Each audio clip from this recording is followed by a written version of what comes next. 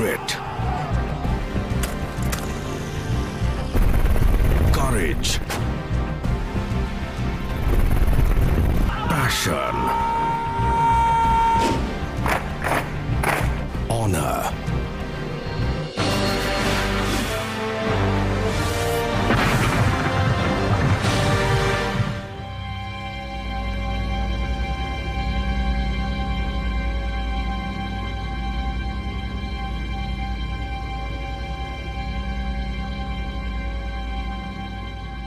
The Indian Army first came here in 1948, and when they marched up, there were a lot of casualties due to high altitude.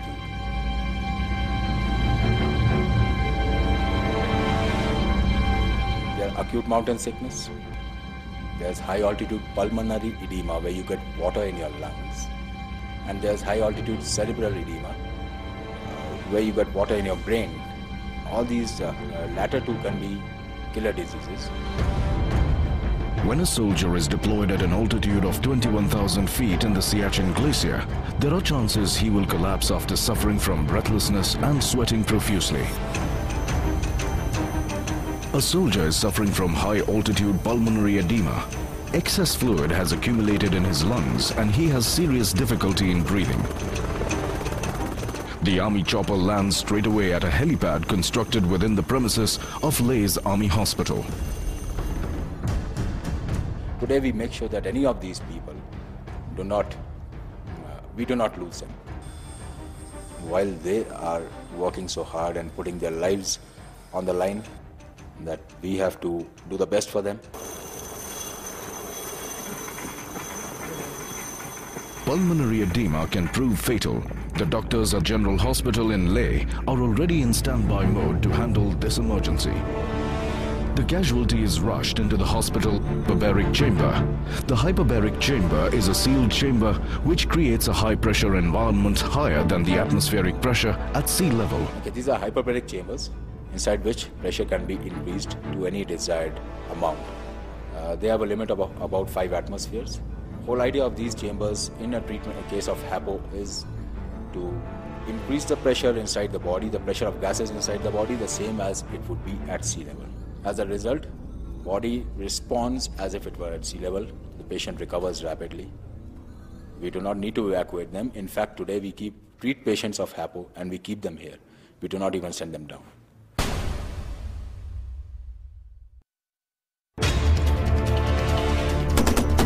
Out of danger are some of the most cherished words in the vocabulary of the Army Medical Corps doctors, driven by their motto of Sarve Santu Niramaya, meaning we all be free from disease and disability.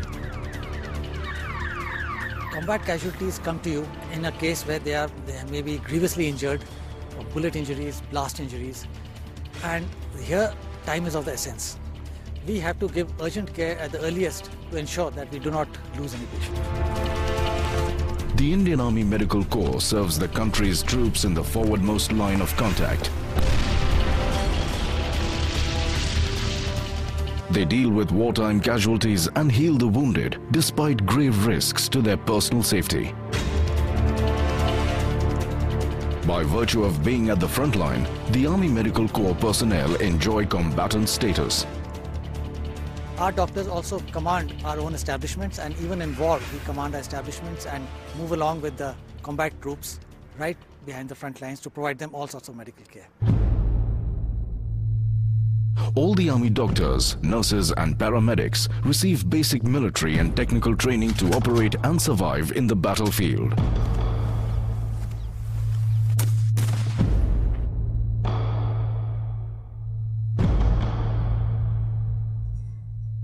The Army base hospitals are counted amongst the most advanced medical care units in the country. These multidisciplinary hospitals not only look after the medical needs of serving Army men, but also of their families and even retired soldiers. Our motto is that if any casualty comes to us alive, we will not let him die in this hospital. And I can say it very confidently, we will retrieve him and bring him back and make him a productive member of society again. The Army Base Hospital in Srinagar is a very busy place all through the year. It handles an assortment of casualties and health problems aggravated by the extremely cold weather conditions and the difficult terrain.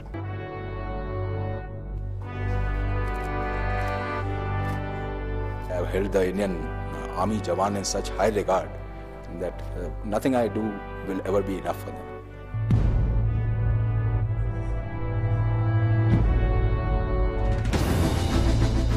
We are totally geared up to provide emergency medical care not only in battle casualties but also in any possible mass disaster situation. The army hospitals have done a yeoman's service to the nation by attending even to civilian casualties during natural calamities like floods, earthquakes and tsunami. General Hospital in Leh treated scores of civilians affected by the flash floods in August 2010. With the district civil hospital lying in shambles after the cloud burst, the victims of this natural calamity had no place to get their injuries treated. The army doctors worked non-stop attending casualties, civilian as well as military. The civil hospital, the S&M hospital, was totally defunct that day because it collapsed. The sludge had gone into the hospital, their OT was non-functional, and we had one surgical team. And on that night, we conducted something around 20 major operations in this hospital, and that was done by a single surgeon and an anesthetist. The army had also commissioned several makeshift hospitals in flash flood affected areas to provide on-the-spot emergency medical assistance. In fact, the Army Medical Corps has been providing healthcare services in several forward areas along India's international borders even during peacetime. And it's not just in the border areas, but also in Delhi at the Army's Research and Referral Hospital, popularly known as RR Hospital. It is one of the finest and most advanced hospitals in India. It is a multi-speciality hospital with state-of-the-art diagnostic equipment, and it caters to all the three defense services. It is also responsible for looking after the health and well-being of the President of India, who is also the Supreme Commander of all the armed forces.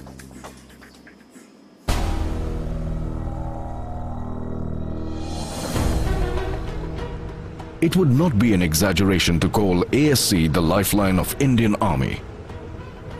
In wartime, these men in their vehicles are one of the preferred targets of the enemy, whose aim is to somehow break the supply chain and starve the frontline troops of food, fuel, medicines and ammunition.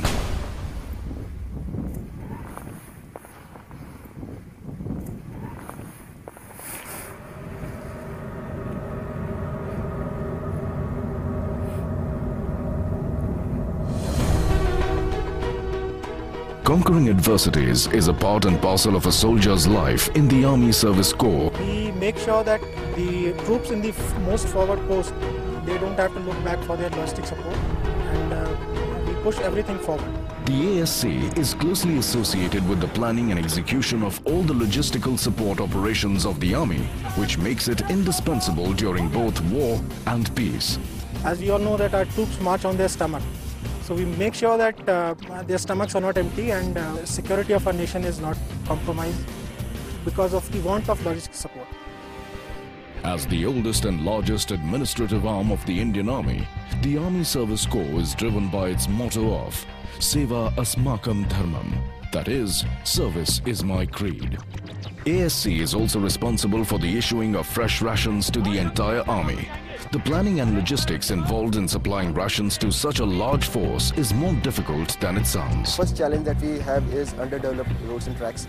So in that kind of roads and tracks, we have to sustain our armed forces. And then we have enemy observation, which is actually very risky. When we are actually going through the operation, that time we have to counter that particular problem also. Not the ones to be disheartened easily.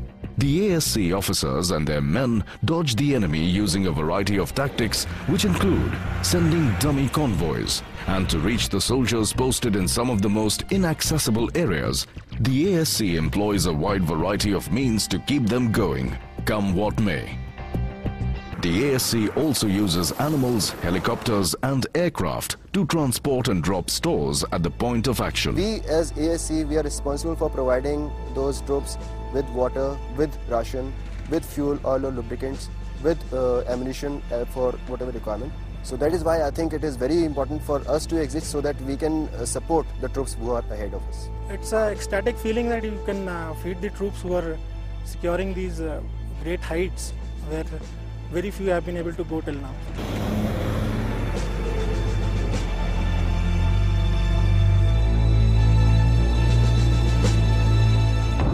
The maximum height which generally the drivers have to travel for this, providing this logistics support, is from 18,000 to 19,000 feet. The Khardungla Pass remains snowbound for a large part of the year, but that is hardly a deterrent for this convoy. Upon encountering snow, the soldiers quickly mount snow chains on their trucks' tires and keep moving. They realize the importance of the job at hand, of reaching their destination where their fellow soldiers are waiting for the supplies.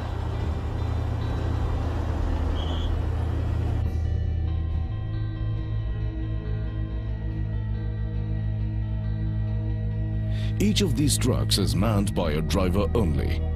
Moving uphill along the twisting and turning narrow paths in the Himalayas, the convoy has a trained repairman to tackle vehicle breakdowns. One of the vehicles in the convoy seems to have broken down. In a display of camaraderie and teamwork, the entire convoy halts to get this vehicle going.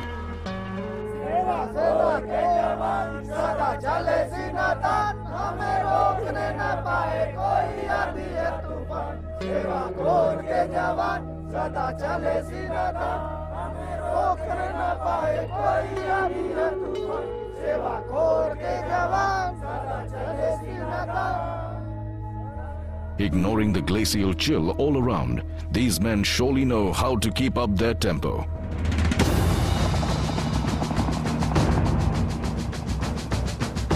EME stands for Core of Electronics and Mechanical Engineering.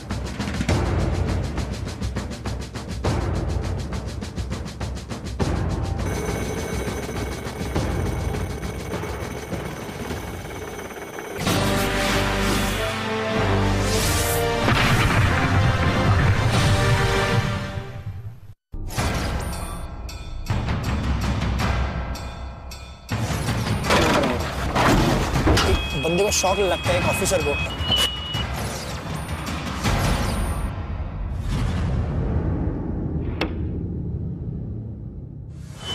Nothing else can be done now. I'm dead. Next Monday, 10 p.m. India presents Nat Geo Mission Army, Desh Ke Rakshak, powered by Samsung Mobile, only on the National Geographic channel.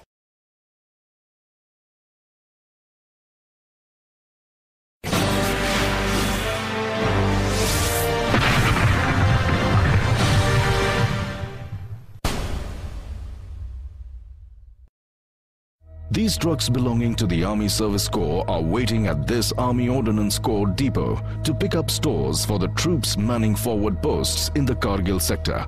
It is an organization which looks after the complete logistics of the entire army, which is basically providing for everything from a pin to a tank. The Army Ordnance Corps is a logistical branch tasked with provisioning and acquiring all stores to raise and maintain a fully battle-ready army at all times. They also make available spare parts for all the weapons and equipment used by the Indian Army. Barring medicines, fuel and fodder, the ordnance depots stock everything that is used by the soldiers. It's a mix of all things. I am also a factory, I also manufacture, I also stock, I also provision, I also issue, and I also dispose of. In addition, the ordnance officers are also responsible for safe disposal of scrap and condemned stores, including all army vehicles. The complete inventory of the ordnance would be more than 3 lakhs. It is everything, be it ammunition,